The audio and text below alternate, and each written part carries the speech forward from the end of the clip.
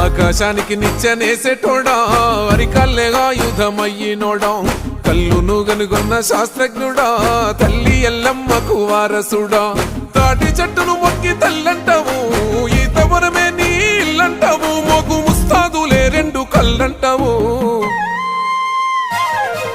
నీ వృత్తి కత్తి సామే గౌడన్న ప్రాణంతో సెలగాటమే ముంతేడు కళ్ళు కోసం ఎంతటి త్యాగాన్ని కొడిగడతావే